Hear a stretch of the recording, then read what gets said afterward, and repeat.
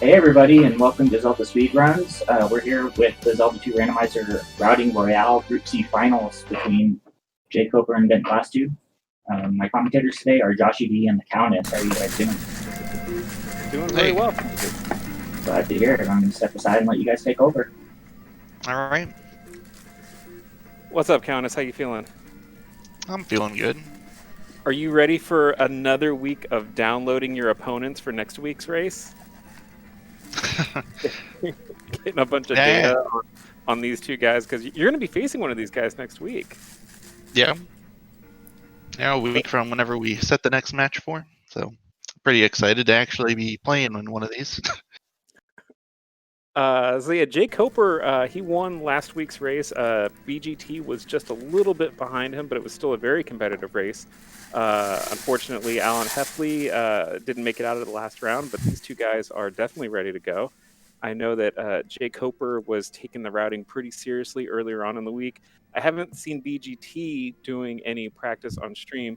He kind of said that he wasn't feeling like he's going to have enough time to practice, but I think he might have just been, playing the sandbag and trying to get in Jay Coper's head a little bit. Maybe he wouldn't try as hard, and the BGT is going to sneak on in. Something like Practice Gate, where you say that you're going to do a no practice race, and then you show up in great shape. Who would do something like that? I don't know. So this seed, I know when it first came out, everyone thought that it was gonna be a nightmare, and the beginning is bad. The beginning of this seed is pretty bad, and it is a complicated solve in that there's probably going to be some backtracking. The sword attack is really bad. Experience is not at all easy. I thought last week was bad on experience. This week sucks. I think everything that they're going to be getting is basically from P bags until they get up to, I don't know, like attack 5 when the sword actually starts doing something. Yeah. But as we learned last week, these guys are a bit smarter than we are, and they come up with some pretty good strategies. So, yeah, I want you to talk us through the beginning of this race here. Yeah, so something very important about this race is that we found out about a week ago that the attack randomization was broken. So that has been fixed, and this is the first race in this event that has attack properly randomized. And it turns out this week that meant that attack 1 gives you 2 strength, which is vanilla, level 2 also 2, level 3 also 2, level 4 3. So level 5 gets you 11, so you got to get attack 5 before you can really hurt anything. And that's where the experience problem comes in. Yeah, because I mean, they were able to kill that Garria for 70 points or so, but it took a lot of attack. I'm surprised. So in my routing, I went and grabbed the P bag north like right away because it was a free level, and then I went and got the candle because these caves were terrible. I think that the caves at the beginning of this seed, they're loaded with like red Dairas. They're super dangerous, and you have to go through this cave where there's nothing in here. But if you're going to get the, I believe it's a heart container in the south, or if you're going to go get the boots, both of those have just some pretty devastating enemies in there, and your health sucks. So I'm expecting someone's going to go grab that candle, because otherwise you're just going to be dying left and right. And I don't think you can afford to die in this seed because, again, experience is really bad. Like the BGT is going to want to hold on to those 100 points he has. Yeah, the candle was pretty much free. It was sitting on the overworld, right? Was it the grass tile or? Yeah, it was in the grass tile. So I think that's an Okay. easy. These guys are walking towards the raft like they're just gonna go for it. So what the hell do I know about anything? Yeah, I was picking up the boots first thing because, like you were saying about the caves, but the boots let you not have to walk through Parappa Cave anymore if you don't want to, and some of the other caves you can avoid. Yeah, they're both going east right away. I thought it was really important because there is going to be some backtracking on this. So, like, if you're going to be sailing more than once, like, I really feel like the boots are worth it. And then also you can just gain a couple levels because, like, the east is pretty dangerous, but it looks like they were satisfied grabbing the Link dolls, those 1-ups, and they're just going to go for it. BGT's already taken 2 deaths. This is why I don't recommend going straight over.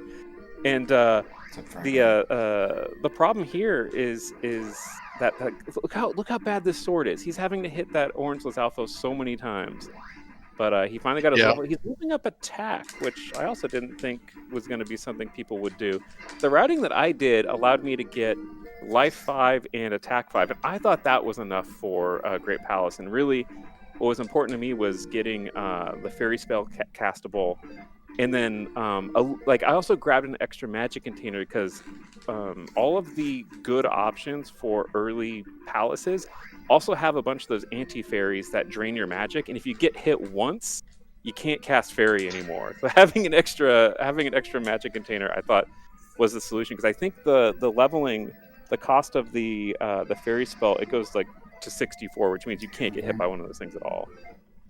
Yeah, I think that was Palace 1 in this seed starts out with one of those rooms that's just got like 4 of those bubbles in it. You're probably going to hit one and then have to intentionally die to cast Fairy the first time. Yeah. So I definitely saw that happen to Jay Coper in his initial routing. Like, he was having a hard time getting through that first room in Palace 1 without getting hit by those guys. So I do think someone would probably grab a magic container, because it lets you take a hit, and then also later on, like, you could also cast shield and fairy if you wanted to. Like, you have just a little bit of spare magic. But I didn't find that like. Oh, go ahead. I think you do need one to cast Thunder, so they're going to get one somewhere. If I recall correctly, it costs like 68 at every level or something like that. Oh, So yeah. you don't need one, but it's, you could get it earlier, you could get it later. There are a lot of options for which jar you pick up. Yeah, there's a jar on Maze Island, so like if you go there, it's a little bit of a walk to grab one. There's also one on the water tile, like when you go east. So yeah, like I said, like there's a bunch of different options for them to be able to get that. Yeah, like there's one down by the boots, I think, unless that was a heart. I thought that was a heart. I thought that was a heart container. Oh, there's a magic container near. Yeah, I misremember Palace this map. Right north of that. I'm gonna check my map again. By Death Mountain entrance. Yeah, exactly. Beautiful. And so they do need to go to Death Mountain, because they're gonna need the flute. Because like the part that see these caves, why are they not getting the candle, dude? These caves suck in the dark. These are horrible. I just Yes, I mean, I know these guys are good. They're better than me, but like I just thought it wasn't worth the death. But hey, look, they're BGT just taking care of those guys, having no trouble at all. I felt like that was the big the great thing about watching Jay Coper last week, was that his solution to not messing up his levels was to just spend a bit more time on the east early in the game, grab an extra magic container. And that's something you can only do if you're pretty confident in your gameplay and you've got the skills. And I didn't have the skills, so it wasn't an option for me. So it's really cool to see like the things that you can do when you're just playing at like a really high level. Yeah, that's definitely a thing. If you've got, like, even if, just overall you're the same skill as your opponent, you might be better or worse at specific things, and your routing might be affected by that. Mm-hmm. So, I guess as far as what's going on in the seed right now, they got the fire spell earlier. I don't know if we mentioned that it was fire and fairy combined, but around Magic 5 that gets really cheap to cast, but I'm not sure if they're going to have enough XP to actually go for that. I tried that in my first route and it just didn't work out. So then they've also picked up the hammer while they were in the east, because there's a required item in Death Mountain or Spectacle Rock. I believe that's the flute. And then, because the River Devil is blocking Nibiru, that rambunctious guy. And Nibiru's got thunder in it. Yeah, so I think that's the thing that everyone noticed like right away when this seed came out, was that it did have a required item that was blocked behind some other things, and so people were pretty excited to see how the routing was going to go. It looks like BGT and Jay Coper are basically of one mind. Like, they've been doing things basically side by side. Yeah. A little disappointing. I feel like there is like a little bit of room for creativity in this route, but I would be really surprised if Jay Coper didn't go into Palace 1 first. I know he was doing that initially. Yeah, I'm starting to think they're probably going to do the palaces in the same order at this point. One thing I was playing with in routing was doing Palace 4 instead of 5. 5 is the one that they walk past right at North Palace, but it's a pretty long P5, but it's also not very dangerous. But I think it was Palace 3 had the item in it that you need for Reflect, so I was toying with dipping in there because it's like a 4-room P3, and then you can get I think it's trophy, and then leave and not really lose much time. And I think it makes P4 viable, but maybe not faster if you get the attack you need to kill Guma. Which was kind of my routing question, was where am I going to get attack 5? Am I going to get it off the 3rd palace, or am I going to get it off the 4th palace? And if I'm not going to have it for the first 4 palaces, I can't do palace 5 because Guma with attack 3 is going to be so slow. It's going to be so slow, especially because, like we said, I think attack level 4 is just barely better than vanilla attack 4, Yeah. and 5 is actually pretty good. Yeah, 3 damage is what I meant. If attack 4, 3 damage per swing instead of 11 at the next level. It's like 4 times as strong once you hit level 5. Yeah, luckily, Death Mountain is not too bad in this. Like, it is a backtrack, and I know that speedrunners don't like backtracking. You know, it is something you have to do. They'd rather. I'm sure they would love to just walk right into Great Palace and kill Thunderbird, but that's not an option. Oh, Jay Cooper's walking out? Oh, because he has a lot of experience on him right now. So maybe it is. Maybe it makes a lot of sense in a seed where it is tough to get your attack up to where you need it to be, that it's worth it for him to walk out a pretty short Death Mountain and not have to dump that XP. Yeah, you might be walking into P1 and keeping all that experience. Because I was having trouble getting a good level off of Palace 1. It's pretty short and there's not much XP in there, and your attack level's low, so you don't really want to kill Knuckles if you don't have to. Yeah, because I mean, the longer you're in a fight, the more dangerous it is, the longer it takes. It's just bad all around. There's reasons to try to route in some P bags or just be really efficient. Now, BGT he did Palace 1 first, that way he could go to Spectacle Rock and then just peace out. We saw BGT flashing once as he was leaving the North Palace, and that's to set up a monster manipulation. We talked about it extensively last week, that taking time to do one stab seems to get him some more favorable enemy spawns. Slightly different than the one I was doing to get to the raft. Might be faster though, I had to double back a little bit. It's something we've been seeing. Oh, go ahead. It looked like he delayed there on the overworld while he was walking in the water. I don't know if that's going to mess him up or what. It looked like he reacted to it a little bit on his webcam. Yeah, he just got into a fight.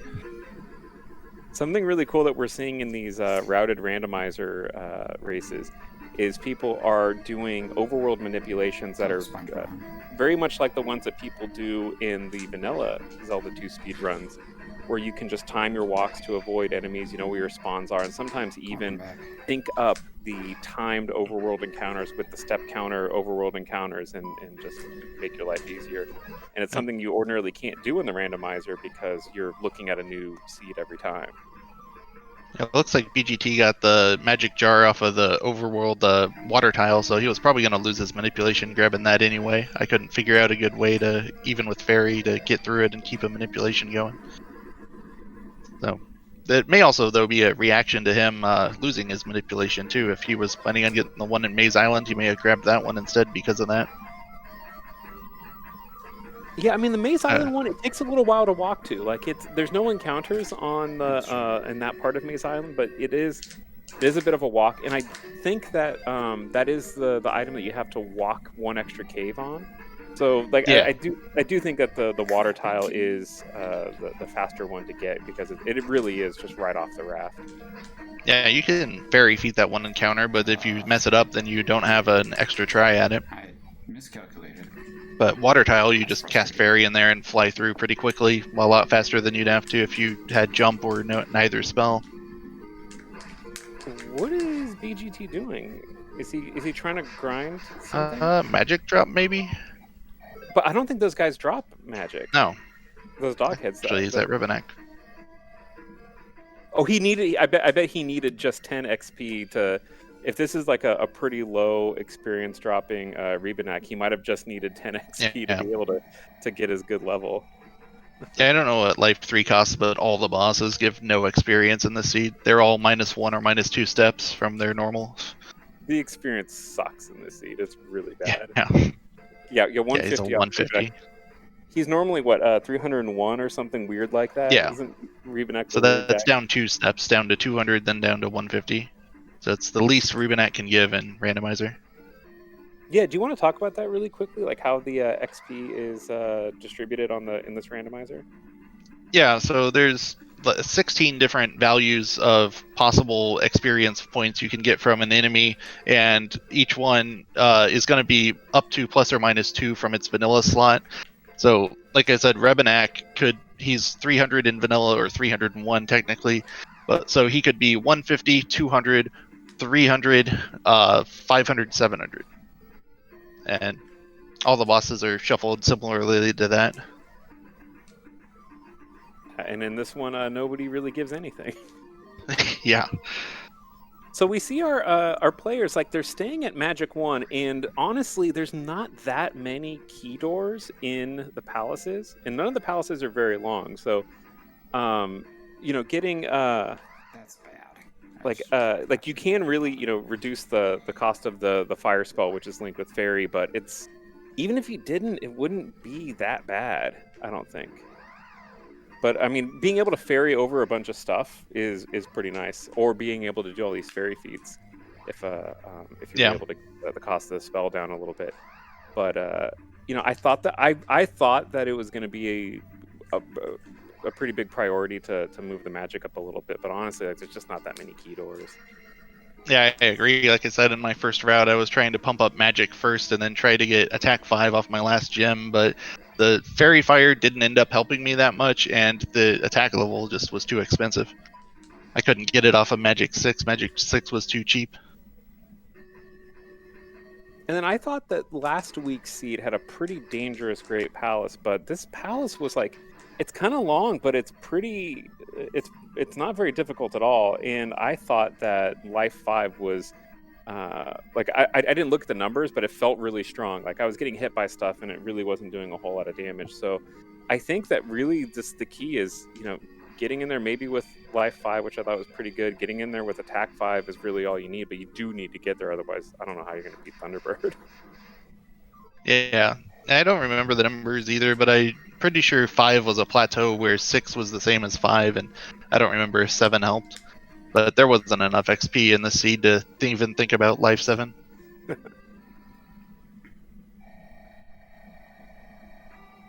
BGT got past that room. That room's so laggy. And actually, if you die in there after killing one of the enemies, there's a skeleton that's despawned because of how many enemies there are. That's the P2 room that usually has 5 ropes in it, but they're like all large enemies in the seed. So they don't all fit. I believe there's a room in Palace 5 that had, I think it was 3 Doom Rattlers and 2 Iron Knuckles, and it was literally the slowest I've ever seen Zelda to get. Like, it was absolutely. I think I did see that room once.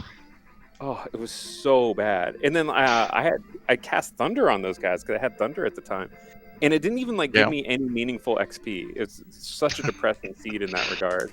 Like, even a room that's that dangerous with that much stuff, I didn't find it was helpful to kill them for free. Whoa! Attack I just 6. noticed Jake Cooper. Yeah, he's already got attack 6. BGT's already got 5. They've got better level strategies than I found, that's for sure. Yeah, like I said earlier, the beauty of doing commentary on these matches is that the players are pretty good, and it's great to be surprised, and it's great to be found wrong. Assumptions about a seed that maybe something isn't as bad as it initially was, or just seeing what the guys come up with. Like the surprise is really a joy if you love this game. I think that's my favorite part of calming is me coming up with a route, and then these guys who have, understandably spent a lot longer routing the seed because there's something on the line for them. They come up with different strategies that I didn't even think of.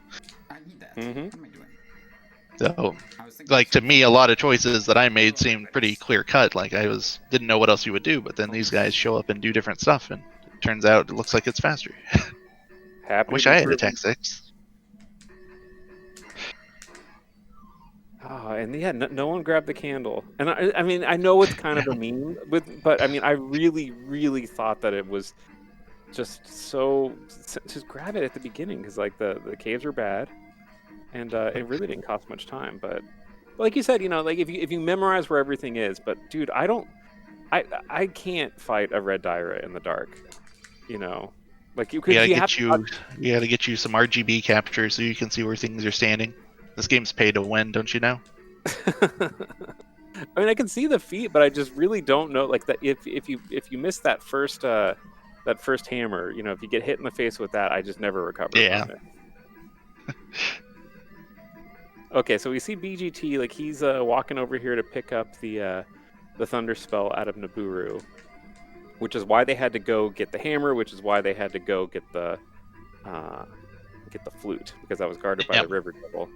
And oftentimes in the randomizer, the River Devil is completely useless and just standing at the end of a cul-de-sac that you would never need to go down. But in this case, he's doing a good job blocking the road and you know, blocking a very important item.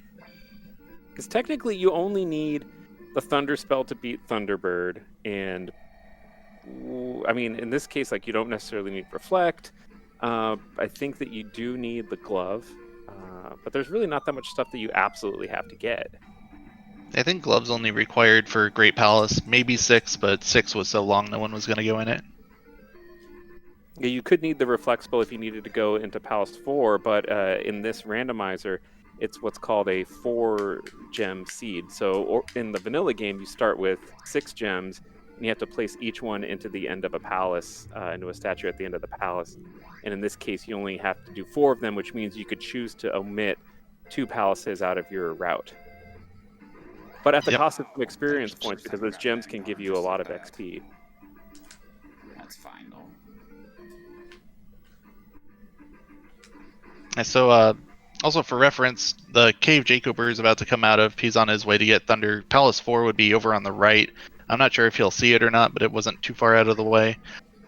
And like I was saying, I thought it was a viable option because P3, you could go in and get the trophy without too much of a time loss, and then the spell for Reflect is like it's right by Palace 1 and the Downstab town that they're going into anyway. So I'm not really surprised that they're not going for it though. This is the room. This is the freaking room. Just incredible. Oh like, boy. Okay, so sorry, it was only 2 Doom Rattlers. I misspoke, but it was in the 2 Iron Knuckles. Oh, so we got 200. We got 200 points off those guys. It didn't get me the level I needed when I cast it, so I was really mad. I don't know if I ever killed a blue knuckle to know that they're only worth 70. That's really rude. That's the minimum that they can be worth. And they're like one of the harder enemies to kill before you get to Great Palace. Oh my God. That was so Yeah, it's one Must of the be a harder thunder. enemies to kill in the whole game. It's one of the enemies that I think people, when they play as casually, they'll never forget. Like they're just so difficult to deal with, and at least in my experience, like I've never properly learned how to fight blue Iron Knuckles. They're just really tough. Yeah, if there isn't a low ceiling above them and I don't have a really high life level, then it's a very slow fight for me.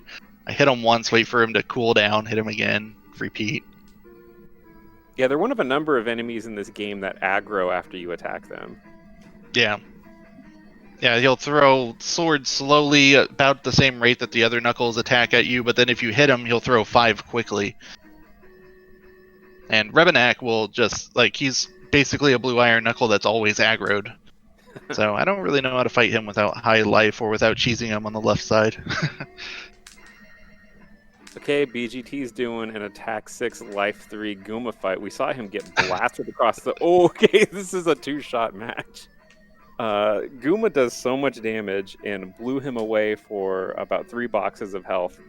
Hopefully BGT is not going to get hit again. This attack 6 is doing just about as much damage to Goomba, though. Yeah, he's got him down. Great. Good job. So that's BGT's last palace. He's got about half a palace of a lead on Jacober here. Yeah, so I mean, the way BGT was talking last week, it was almost like he wanted to get out of the tournament. Like he was just finding that he didn't have a whole lot of time to practice these. Which, I mean, these races do require like a lot of practice if you're going to be competitive in it. Yeah, I think the people who spend the most time on the seeds definitely have an advantage over their opponents. So if you don't have the availability, that can be a disadvantage here. But yeah, he's just flying through this thing. So I think I'm definitely going to be interested to watch the VOD of this match, and just see like exactly like what their route differences was. I think it was just a matter of like, did they do Death Mountain first or Palace 1 first. I don't know if there was any other route divergence. Yeah, I don't Otherwise, think so it just came either. down to gameplay. Because Jacober did walk out of Death Mountain, and that might have cost him some time. But I don't know if that's the entire difference here. Yeah, I mean a little bit, but not tons. Not, I mean, Yeah, everything like they do. even the little stuff, I haven't noticed too much difference in the order that they're completing stuff in. Although, wait, I thought I already saw someone in Saria. Like, what a. Oh, why is BGT in Saria? Did he pick up the spell in there? I mean, why Maybe else he would. did. Maybe it's a safety. I think that might be the life spell. I can double check on that. No, it looks like that's Vanilla Fairy. It's either at 4 or 5. Yes, it is. What the heck was he doing? Did he just need Did to he? have- Did he not get fire earlier? Maybe he didn't. No, he's been casting fairy like crazy. I mean, maybe it was just faster to get. Maybe it was faster to get there from North Palace to get to Great Palace. It's the only thing I can think of. It could be. I don't know where the other side of Saria was. I was just walking there. Oh yeah, so that's exactly what happened. That's exactly what happened. Okay. Guess we'll see if Jacober does the same. Oh, he's just straight leaving P5, so probably. Yeah, because I otherwise guess that makes sense though, because if you were to up A after, like, you'd have to sit through all the experience counting up before doing that, and then that's gonna save you time just walking instead of doing a manipulation. Because even though He's an 8400 XP. the boots seem faster to get to the southern part of West Continent, but you have to walk through some swamp, and then you have to walk down, along the coast, and you have to walk through a bunch more swamp. So it seems faster, but I know that every time I did it, I felt like I was wasting a bunch of time. So I walk around all the swamp. yeah, Not so gonna it give really Dig Shake that satisfaction. If I'm No. manipulating encounters, I'm not going through any swamp. Yeah, it's the only problem with the randomizer is that Dig Shake has it set so that it just develops way more swamp than the vanilla game would have. Which is not true. I know that like it's a meme that that BGT is paid off by Big Swamp, but he did an analysis at one point, and Swamp was definitely not the most common tile in the game. BGT. Sorry, I'm excited. BGT's working on a real nice lead here. So it's Great Palace. This Great Palace is not all that dangerous. The biggest threat would be Thunderbird itself, but that's it's not going to be a big problem with Life 5 and Attack 6. So unless he dies, like kind of at the end of the Thunderbird fight, I mean this really is this is BGT's race to lose. I did not dream that you could get in here at 757 and 656 with a decent pace. I mean, they must have done some really careful. I mean, we could see them stopping at particular places to fight enemies, so they did experience route this thing. I think they knew exactly what the thresholds were that they needed, and they knew the places that were convenient to grind on. They each were killing stuff in that big room that we were talking about with the two Doom Rattlers and the two Iron Knuckles. So they found every bit of experience that they could. They definitely grabbed a bunch of bags. So, I think that they just went deeper than we did as commentators, because we run the seed to be familiar with it, but we're definitely not as intimate with it as these guys are. Yeah, experience routing is one of them that takes such a close look at it that I'm probably not going to bother if I'm not actually participating in the tournament match. Yeah, but that's so you got to look at all. You got to look at all the random encounters to see if there's somebody like a random place that you can get like a 1500 experience encounter on the east or something. It's a lot of analysis to do. Yeah, definitely looking for the good encounters, just finding, like, it may even like determine your palace order if you know that you could just pick up a couple levels if you choose a different palace, and then also just figuring out like what I think that something that these guys are doing, which is to not look at the minimum levels that they need to get through, but I think they are actually looking for what would be the optimal levels that they could get. because I think that they could come in here with a lot less, and they maybe realize that, like, yeah, that would be, technically, I could get through it with lower levels, but am I going to save time if I actually just get more levels and I can fight better? I don't have to worry so much about safety, in the fights. Because Yeah, in my second run of the 2 I did, I was attack 5 and like magic 2 coming in here, and I don't know what life level, but so certainly they've got more safety than I did. And they have like both attack 5 and magic 5, which I wasn't expecting to have. So attack 5 to kill Thunderbird quickly, magic 5 to Thunder Fairy or Fire Fairy through all the rooms if you want. That's gonna be like really speeding up this palace. I thought I'd have to choose between one or the other. Jay Coper just getting into his Thunderbird fight here. BGT's really just got to walk right into Dark Link's room, and he's going to be good to go if he doesn't get just murderized by that red bird knife. But no, he's doing okay. I thought Thunderbird was closer to Dark Link than this, but I guess not. Well, I mean, wait, did we just miss? Unless he game over, then I missed it. Yeah, well, that's what I'm Oh, he worrying did game about. over. Yeah, because I thought he'd already been through that room with the big anti-fairy. How did we miss a game Yeah. over? Well, I saw his first fight. He got a lot of really nasty fireballs off of Thunderbird, so he got killed by that. It must have just happened again. Sorry, there's a bunny in the yard. Wow, that is really unfortunate. I mean, I started watching Jay Coper's screen because I thought BGT was just going to smooth sail through this thing. Oh, that's heartbreaking.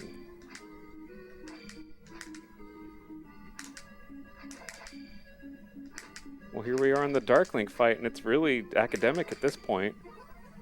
There's Jay Coper. Nice. At about what? 29? 36. Well, good job, Jay Coper. Oh man. Man, I feel really bad. How did we miss the game over?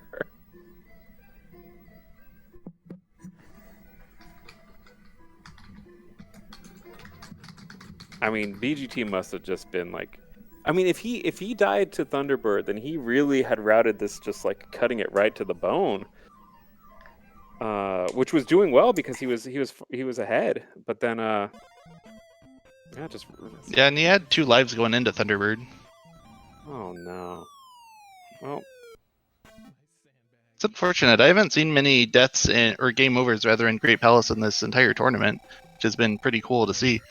I know in the 2 matches I had, they were both very long Great Palaces, so I was worried that it was gonna be determined by a game over in Great Palace, and I didn't want that to happen. yeah, and I really thought that this was a pretty benign Great Palace, Like I didn't encounter much difficulty. I wasn't racing, so I was being, careful in my Thunderbird fight and making sure that I got my good pendulum motion, and but I really didn't think that we were going to be seeing major mishaps in here. Yeah. Like I said, I saw his first fight, and he definitely got trolled by the fireballs that Thunderbird was throwing. He got some that were just thrown way off to the right and clobbered him. So probably just happened again. Yeah, so if people don't know, about halfway through the Thunderbird fight, Thunderbird starts throwing twice as many fireballs as it does at the beginning. Yeah, it's literally the next room. Oh. What a heartbreaker. He did a great job. I think he was not confident that he was going to be coming in here with a winning strategy. He had one, and then just I mean, the Thunderbird is the true boss of the game. Like when you're playing this game, you're saving up all of your resources to be able to survive the Thunderbird fight. And at least in the US version of Zelda 2, Dark Link is really not a threat at all. So, if you're going to lose, at least you lost to the boss. Yeah. I hope BGT comes in here and we can talk to him. I hope he's not too salty. Refuses to use my normal mic. Yep. Hey, Jacober, congrats on the win. Hey, thanks. I heard I got a little lucky. Well, you were behind when as far as entering into Great Palace, and BGT made it to Thunderbird, but just didn't make it through the fight. Yeah. What were his levels at? 656. Okay. So you had an attack level on him, and I guess a life level too. Yeah. Yeah, there was a big difference. Attack 6, attack 7. I probably could those levels. That was something that I gave some consideration, but I decided it was pretty solid. But it sounds like his was much better than. So even though this wasn't a great PB for, so. Yeah, he was maybe a minute ahead going into Great Palace. It wasn't too big of a time difference, but he definitely had a lead. Just enough to farm up the experience. Did you pick up that 5th heart container? Can you guys hear me? Hey, BGT. Hey. You ran a good race, BGT. Clearly I didn't. Well, it was. I mean, up until the game over, it was. You were ahead, and really impressed Countess and I, both of you guys, at completing the seed like really fast, managing to find experience where we didn't think any experience could be, and managing to get much higher levels than we did when we kind of theory routed it and did one playthrough each, I think. So Yeah. You guys found some really good solutions. Yeah, without planning, XP was really rough in that seed. None of the bosses really gave anything. None of the enemies gave too much. I think like red Dyros were pretty valuable, but they had way too much health to fight early. Yeah, I was planning it, and I went through the 4 palaces you both went through, and none of the bosses gave anything. So I said, "Oh, I'll just go route Karakin instead." And now he also gives the minimum. So. Oh really? Yeah. I didn't try to avoid Guma this week. That was I only need to get 2nd place maneuver. That's not a I have to win maneuver. Yeah, Karak didn't seem too bad. You could get the trophy out of P3 when you were over there for Fairy Fire, and then the spell itself and the palace weren't too far out of the way. But I think it probably was a little slower. Yeah, I started out actually like trying to get jump and down stab like really early because Medicine Cave had, or not Medicine Cave, whatever, Magic Container Cave has the medicine really close to start, but in the end I decided not to go that way. I basically removed all the safeties from my route, and that's why a single game over ruined it for me. There's not really a lot of room for error in what I settled on. Yeah, I think both of you guys, you were cutting it pretty close to the bone, just getting what you needed. I was amazed. That's how that I like no to do it. You like all bones. Yeah, I didn't get a single unnecessary thing, I guess maybe you could call some of the levels unnecessary, but no extra heart containers. You need the 1 magic container because Thunder costs 66 until the end. But yeah, I gave some consideration to, should I try to skip the, at first I was getting 2nd 5, like but then I screwed up my levels one time and I decided to skip it, and it was like, oh, this is fine. And I gave some consideration to skipping the other heart, and I was like, well, I'm getting all the experience, 150 experience from this Dyra here. So the heart near the boots. Yeah. Yeah, that one just seemed too out of the way, and like even if you did that, you had to like, I don't know, it was really hard to get attack 5 out of P1 without going way out of your way. I didn't go that far. I just I killed enough to get a 200 point small drop, and then I also got the 200 big that's in collapse. Oh, on the crumble bridge, yeah. Yeah. So yeah, there's a P bag taunting you in the item room in P1. I don't know how much it's worth because I never had a key when I went there. Yeah. it really wasn't out of the way to get. The magic key was in Death Mountain. You could have taken the same Yeah, but cave. Took that cave there, was but- awful. Hammer Cave. It was full of garbage enemies. Like I tried routing in Magic Key, and it took me way too long to get through there. Yeah.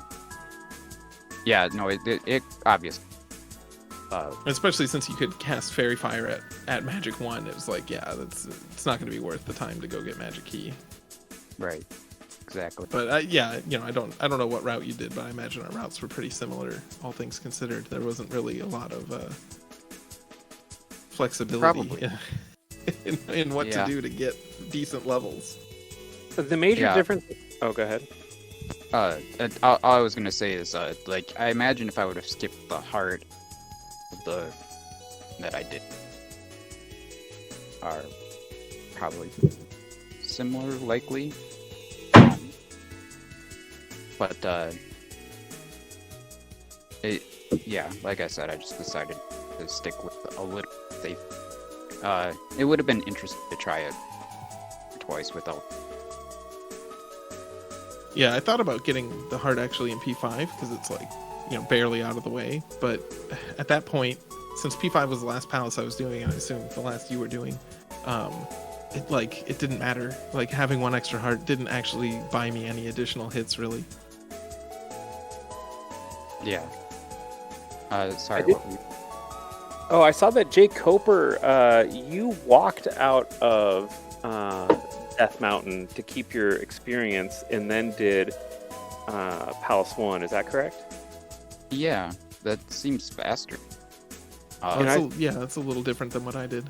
I did P1 before going into Death Mountain and up 8 at Flute. Yeah, it doesn't seem like it saves that much to walk to. But it might have accounted for some of the difference in your guys' leveling, but everything else seemed more or less similar. So it was, pretty small deviations, but that was like the one that kind of stuck out to me. Yeah, so I guess around Palace 1 is when we really did things differently. I was a fan of the overworld walks that I could do in this seed. That was a lot of fun. I messed up the one going to get the magic jar on the way to P3, but other than that, they all went really well. Oh, I was curious if you, because I saw you go into the water tile. I wasn't sure if that was your destination from that walk, or if you just picked it up because you lost the walk. No, that was the destination. You need a magic Okay. jar, so that one's not really out of the way. And then it sets up easy dodges to get to the 500 bag grass tile on the way to the raft. Ah, I think I messed up those dodges though. I don't remember. I think until I took a game over to Thunderbird, it was going well. I mean, you were definitely in the lead, and I actually feel bad because us as commentators, we didn't even notice the game over because we just kind of thought that it was sort of done, and so I was just checking in on what Jay Coper was doing, and we were talking about some stuff, and then all of a sudden, like, why is BGT going through this room again, and why does he have no XP? And we kind of had to catch up. I saw your first fight and saw that you got hit by a bunch of stray fireballs, and then I saw the death screen, and I could have sworn I saw you fighting him again, but chat said you only had one life when you got in there. So Yeah, I took a death. I got to Guma with like no life, and he like immediately just did a quick mace, and I was like, cool. So that was I didn't up A after P5, so it was just I had 3 lives to fight Guma and T-Bird, and I'm sure you remember I'm not very good at fighting Guma, so I got 1 death in P5, and then I think I took a death somewhere in Great Palace because there's a lot of rooms that they just do a lot of damage. Like Great Palace it's certainly not as hard as last week's Great Palace, but going in with such low life level was a bit risky, obviously. So I'm surprised that you didn't have the palace to keep experience there. Yeah, I needed like 140 XP for life 6 coming out of P5. I think a death in 5 was. Maybe not. What am I? Oh yeah, that's right. No, I don't you get think so you many had to red die. jar drops in 5, or at least I did. I had. There's the one from the statue. I take a magic level in 5 in the lag room, and then get a red jar from the statue, and then a red jar from the iron knuckle in the room after the statue. So I didn't need to take a death in 5, but Guma decided I did. Well, that's the thing about these routed races is that it's a real balance between like how close to the bone can you cut it, to just get like the minimum stuff that you need, and knowing that you're in a race. And I mean, I think that like if someone was doing this seed blind, like they would really have just a lot more resources going in there, because you would never attempt to go into Great Palace with only like 2 lives left. But when you're trying to win the race, you go ham. Doing this blind, you would be full Joshy D. Like, no one would get Thunder at any reasonable time the way this seed was laid out. Like, that thing was so buried, it was ridiculous. I'm absolutely shocked that no one got the candle, because it's right out in the middle of it's really easy to get, and just I thought that like the dark caves at the beginning of the seed were just way too dangerous, because there's so many Dairas and Garias, and if you want to get that heart container, which I was routing in, or in the boots, like you gotta go into some caves.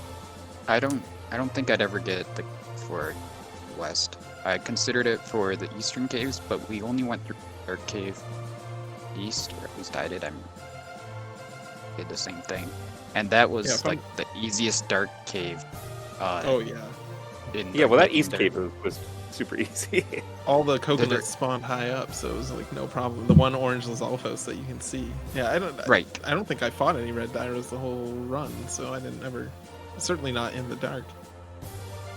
Yeah, I only fought the one that was in the hard cave. Yeah. There's the one Garia in Trophy Cave, but I don't know. I take a death abuse at the end of the cave anyway, so I'm not too worried about him hurting me. Yeah, I think if anything, I would rather get crossed. I was kind of despawning the cave by back in, but I messed it up sometimes. So I decided to take a death there too this time.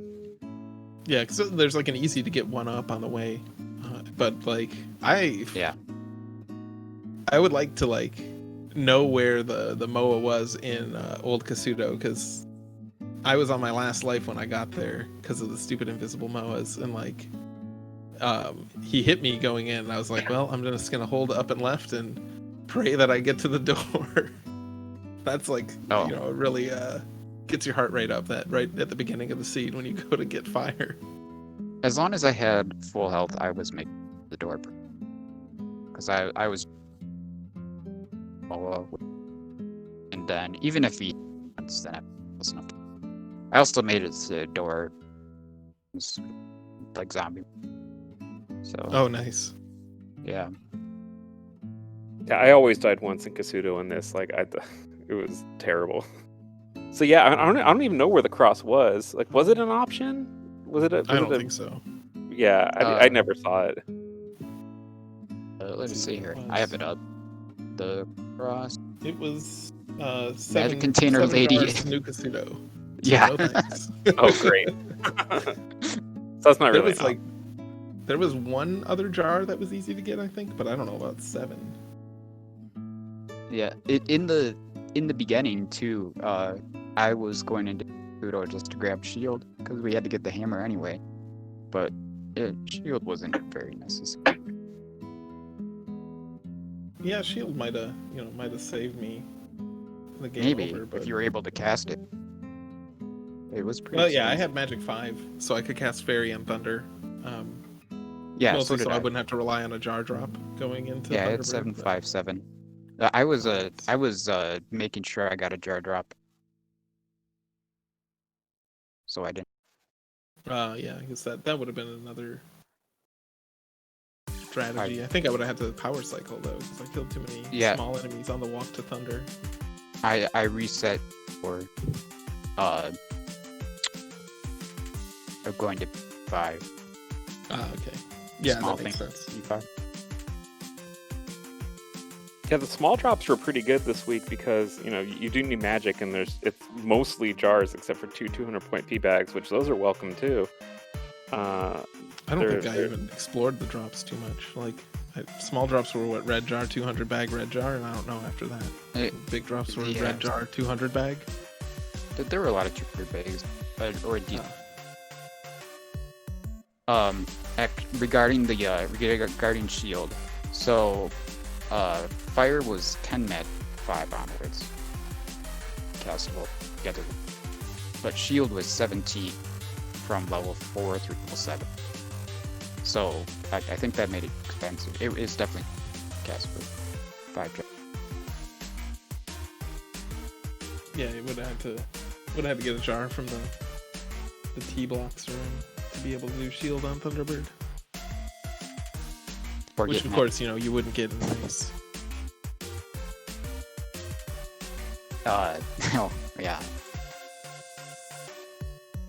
I do like that Thunder was 66, literally, no matter what level you were, though. Like, all magic levels doesn't matter. Did either of you guys have fear at the beginning of the seed because the fairy was 64 magic, and if you got hit at all by those little skull bubbles, like not being able to cast fairy when you need it, like that was definitely a problem for me at the beginning. It was something that I had some time, but I was getting a system. And if I was still on 3 lives, then I was on. So at all. Yeah, I think the only time that entered into it was really in P1, where if you went in with full magic, you wouldn't have to pick a death abuse to ferry the first door. But you can manipulate those bubble spawns by where you stand on the elevator as it goes down. So as long as you go down consistently, you can have them in the. They had a pretty nice pattern where the first 3 all just didn't interfere, and the 4th one you could beam. Yeah, because we were talking about like that. The P1 has that room right at the beginning that will definitely take your mat, and if you get hit at all, then you can't cast your fairy.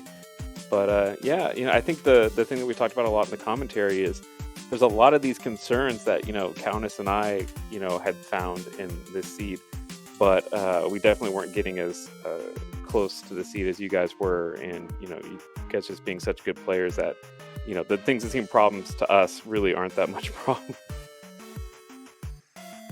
Yeah, it was certainly like it's not an easy seed. I think easy to beat in 40 minutes certainly, but it's not that easy to beat in 30 minutes. Like you gotta keep it pretty tight.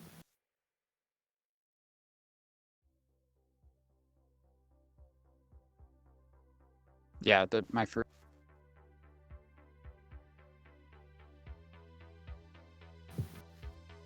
But then it was. So. Yeah. It seemed difficult at first. In the end, it's more just go eat back.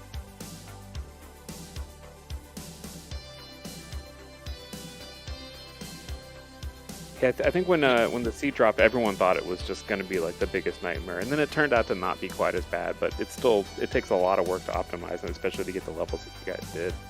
So congrats on finding like a really. What's that? I think last week's was worse, was more annoying to deal with. This one was just a lot of walking. Yeah. This one was scarier on paper, but then it turned out to really not be quite as bad, I think. I mean, just because it had a couple blocks that were like definitely in your way that were gonna have to be routed in. And it turns out that really wasn't the worst part of it. It was the experience routing that seemed to be the bigger problem. So it turned out to be much different than everyone's initial reaction, which was, oh my god, this is going to be the trolliest thing ever. It wasn't quite as bad. Yeah, mostly like at a first glance, I looked at it a little bit last week when we rolled it, and I was just like, what is this? Like thunder buried way deep in there. Like you need boots, you need flute, you need. I guess that's all you need is boots and flute to get there, but. And then hammer to get flute. Yeah, of course. Yeah, I start with like this dependency graph that I draw of like, what are the things I need to get each thing, and Is that what I'm pretty missing convoluted. from being a top player? I don't have a dependency graph. Is that how I Yeah, level that's up? what you're missing. That and a timer, Joshy.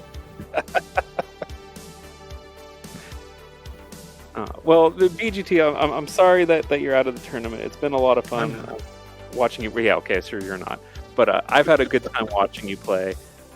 Jay Coper, congratulations. You're going to be facing the Countess next week. So that's really And me exciting. and Thernax. Yeah, That's Is it gonna just the be winners from each group? Yep. Nice. Yeah, That's I that'll think be- I was excited about this tournament at the start. And like first week I had a lot of fun, and then the second week I was like, I don't really want to do this again. Like it's a lot of work to route these things. To, like, Yeah, you put in gotta the stay time. motivated. Yeah. And like this week I had a pretty rough week of work, so like that didn't help my mood. I basically routed this all last night and today because I took the day off. So I just Yeah, you Did you that's take the why day off to route it? No, I took the day off because I had 12-hour days, Monday, Tuesday, and Wednesday, and that was too much work. Ah, But yeah. Yeah, it's definitely a tournament where you can't just show up the day of without any preparation and prepare. So if there's a week where you've got no time to work on it or you're just not motivated, then that's gonna hurt you. So in a way, you might be relieved to be out of it because now you got your free time back. Yep, exactly. Week one, I totally mailed it in. I was just like, yeah, I don't have any time for this, so whatever. I think I spent like 2 hours before the race prepping, but I only had to not lose, so whatever. It was not Yeah. that big a deal. But this week, I had to face Jay Coper. It's a little bit more challenging than just not losing. it's cool that you gave it to me. And it sounds like basically had the better route. Maybe I should have tried a little harder. I figured I'm getting sub 30 on this route. It's probably good enough. But yeah. You had the route. It just That was just one less safety, I Didn't would pay like off. to try it out. Maybe I don't know. Once the race is over, I kind of lose my motivation for trying it again. But I'm still tempted just a yeah. little bit. I just want to know. Yeah, I think I probably could have done like 28 minutes, 20, maybe even 27 something with that route if everything went well. Yeah. Maybe I'll give it a shot. Well, I did everyone one brought run. Jay Coper when he's going to be playing this in about 20 minutes. Let's see him do it. Just before our race, I did one run and got like a 30-19 because I messed up my levels, and I was like, yeah, that's good enough. Oh, I figured a sub Yeah, 30 would be pretty close to winning, and it looks like almost. yeah. This is my second sub by because I had a gold GP. So nice. Otherwise the rest of the road was just. Anyway, good game. It's fun, the group and stuff. Yeah, same to you. It was a lot of fun. Do we have the race time scheduled for next week yet? Can we let the viewers know about that? Okay. No, We'll figure it out for the next day or two, I'm sure. Didn't even know who Yeah. was going to be in the race, Joshy. Come on. Yeah. Well, you could have Put just your had all pants back on. We're not ready for that yet. We'll get it on the schedule as soon as they've got it. who's running this But, show. Thanks for the restream commentary and tracking. Yeah, of course. I want to give a few shout outs before we go. Of course, to our runners, Jay Coper and Ben Class 2 for an awesome race. And also our commentators, Countess and Joshy B. And thank you to George for doing some stuff behind the scenes to make this easier on me as well. Does anybody have anything to add? Nothing here. All right, we got a busy day on ZSR tomorrow. The one thing I definitely want to shout out is the Minish Cap Randomizer is wrapping up their first tournament. The grand final starts tomorrow at 2 p.m. Eastern. That's Nesma against Pika Pals. Also, a lot of Ocarina of Time action, some to the past randomizer. So definitely tune in if you're interested in any of that. Thank you, everybody that made this possible. Thank you to our runners and commentators, and we'll see you next time. Peace. Bye bye.